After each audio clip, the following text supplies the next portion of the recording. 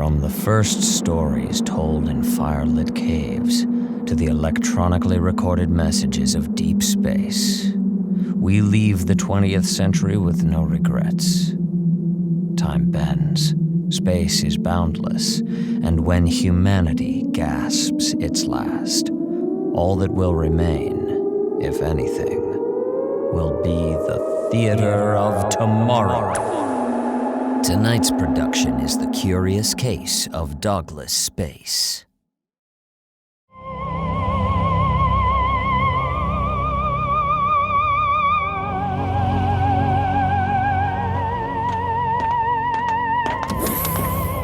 Hello? Who's in charge here, please? Commander on deck! At ease, as you were. Who's in charge of seeing to repairs? Ma'am, Commander Kevin Rentz. We haven't had an opportunity to look at your ship yet. We've had our hands full. Yes, the pirate. I'm aware. Barrington! Mrs. Everfield. Karen, please. Barrington!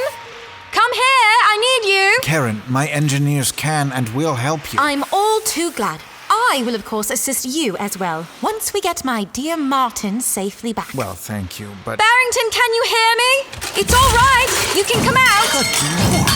Yes, Mrs. I can hear you. Good man. How are things, dear? Brass engines have cracked due to overheating. Banks are clean. Fuel is clean. Reserves are low, but functional. Is that a Mark IV? Where did he come from? He's a Mark II, actually. Rebuilt him myself. Mrs. Intruders took the ship and Mr. Everfield. I know, dear. I attempted to engage in rescue, but the self-preservation protocols you reinforced compelled me to evacuate and hide. How did you uninstall his first law protocol? Oh, I didn't. Quite impossible. I just clipped it a bit and bolstered his second law failsafe. I won't have our Barrington get himself killed because of some silly superstition about the robot menace. Is that wise? My understanding is Mr. Everfield is safe as long as he cooperates. I must protect Mrs. I cannot protect Mrs. if I am disabled. I was outnumbered. I apologize for my ineffectiveness, Mrs. Oh, heavens, dear, not at all. You did absolutely what I needed. Sweet old thing. Ma'am, only self-tesseracting models can come close to having the kind of feelings you're projecting onto this robot. Even the Project 9s don't. There's no way a Mark II... That will be quite enough of that. Barrington may not be flesh and blood, but he's family. Aren't you, dear? Yes, Mrs. Kevin, please. Karen, what's the situation? Tell me about your ship. It's just a little brass hopper of our own design. Martin, bless him, is a brilliant engineer. I dreamed up an equation that could let us go anywhere in the galaxy, and he designed an engine that could handle it. How does it work? With a great deal of complexity, Commander. I say only Martin could keep up with me, and I haven't the time to hold your hand through it.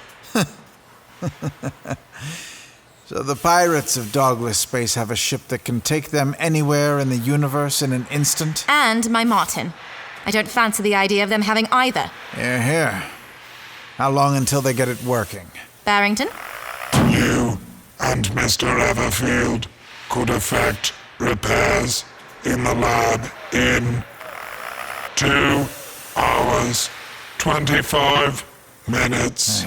Not much time. You think Pearl and Cutthroat can figure out how to repair it? If they have Mr. Everfield, eventually, yes. Agreed. We'll have to work quickly. My Martin will do his best to stall them.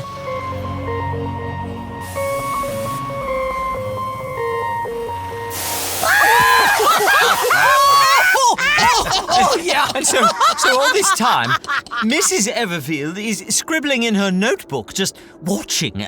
I'm outside the ship, running ragged from tree to tree, just trying to get my trousers back. Oh, they're not still wet from falling in the creek? Oh, no, darling, no. Some time has passed. Wait, how long has your wife been watching you run around without your pants on? Oh, a full half hour at least. You see, this is when I realized that the wind wasn't blowing the branches at all. The trees themselves were not only quite sentient, but it also seems a race of pranksters. So you see, I realize I'm not going to get anywhere by running about like a loon, so I have to reason with them. I shout up at the tree. I say, would you mind terribly dropping my trousers? We pranksters. And Karen, without missing a beat, or looking up from her notebook, just says, Martin, they haven't ears. They can't hear you. You're barking up the wrong trees. Exposing all your bits. Oh, heavens, yes. Oh, Martin, you are a card. Martin, you're all right by me. Good sport. This is why Mrs. Everfield and I took this safari, you know. Meet new people, experience life. It's all been quite exhilarating. Is it?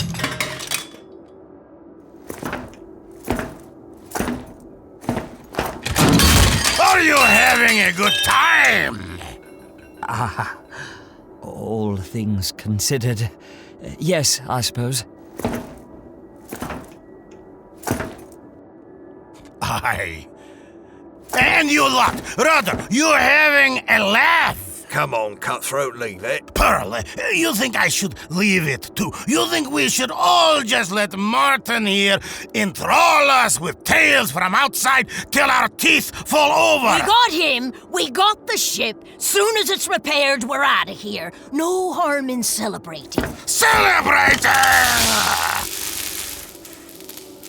Oh, we're celebrating! We're celebrating, is it? What is it we're celebrating then? River Run, what are we celebrating? Wait, you said... What you said was this ship could get us out of Dogless Space. That's what you said. Oh, I surely did. Mr. Martin, your ship can get us out, can't it? I certainly hope so. Got me and the missus in too quick. There we go! Pearl, you think that's worth a laugh and a cheer? Yeah, I do. I do. You want to tell me what I can cheer about now? No. I just want to make sure we're all on the same screen. Let's all have a cheer. Let's cheer.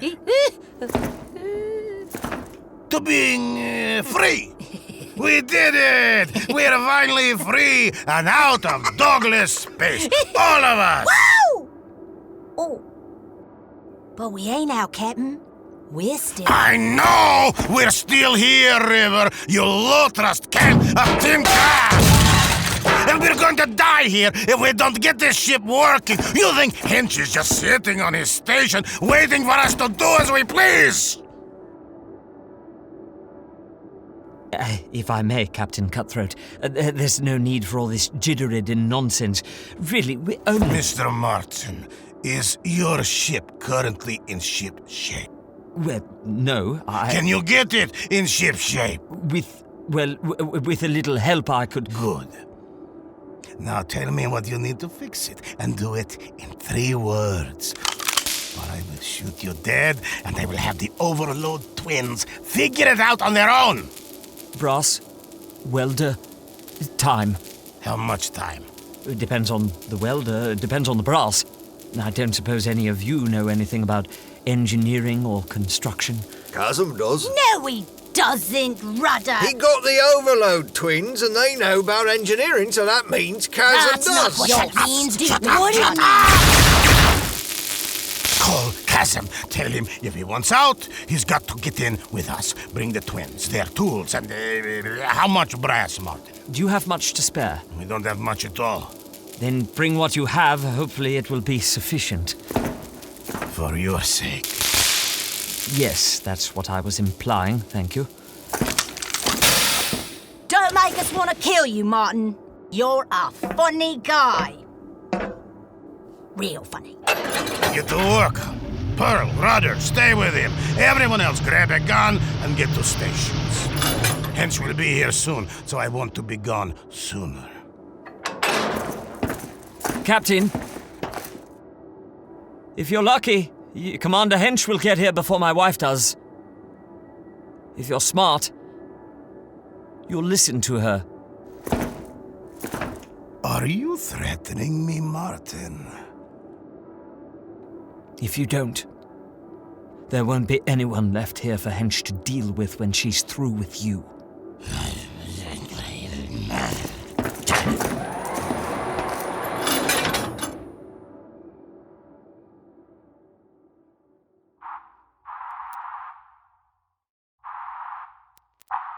Hench to Everfield.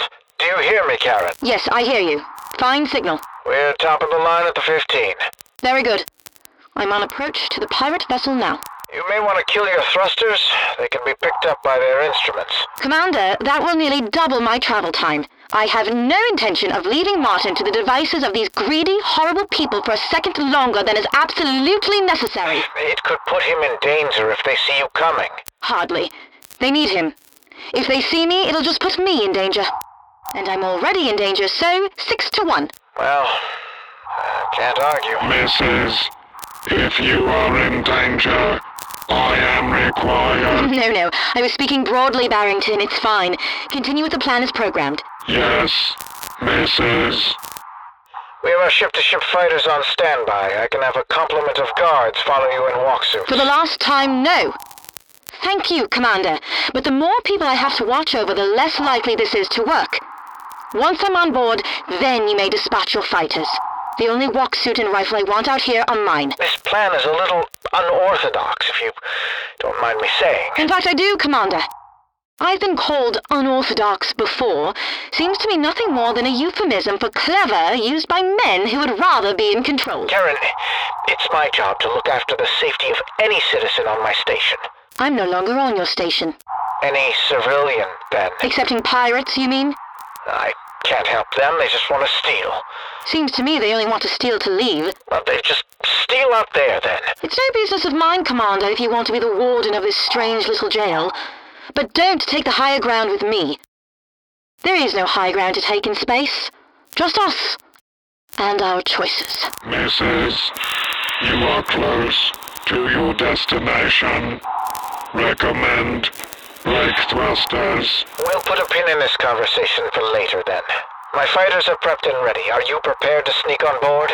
Sneak? Impact in 13 seconds. You need to slow down if you're going to get in undetected. Karen Lafayette Grammel Everfield does not sneak, Commander. What are you doing?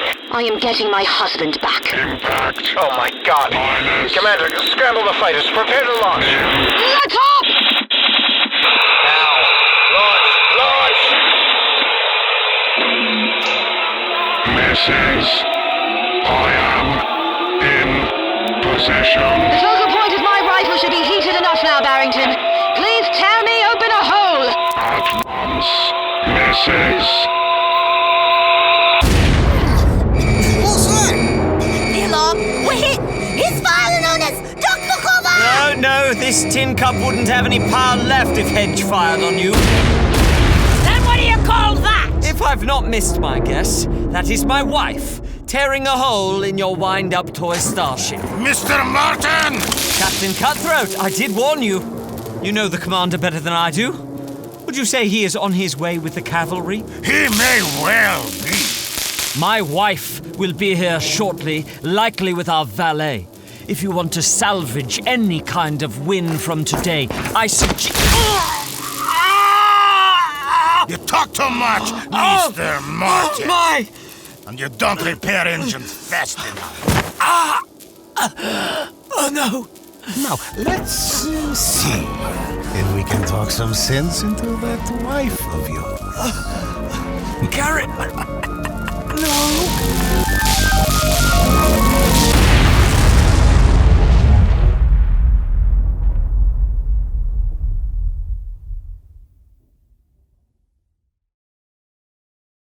The Theater of Tomorrow was created by Travis McMaster and Mark Whitten, with special thanks to Andy Hamer. You know what you did. And is a member of the Fate Crafters Network. Dial your telelectroscope to theateroftomorrow.com to listen to our full catalog. Rate and review us on iTunes. And become a social being by visiting the Theater of Tomorrow on Twitter, Instagram, and Tumblr. This production was fortunate in securing the services of Kelly Nienaltowski, Mark Whitten, Sam Rigiel, Candi Milo, Greg Baldwin, Graham Rowat, and Lisa McNeely, with music by West Rodri. For more audio drama, tune in to FateCrafters.com. Today's recommendation is Public Domain Universe! We've all had the same thought when reading Voltaire. It's great and all, but I really just want to see Candide hunted in the world of the most dangerous game. And who hasn't wondered how Tom Sawyer would deal with the murder of William Frankenstein?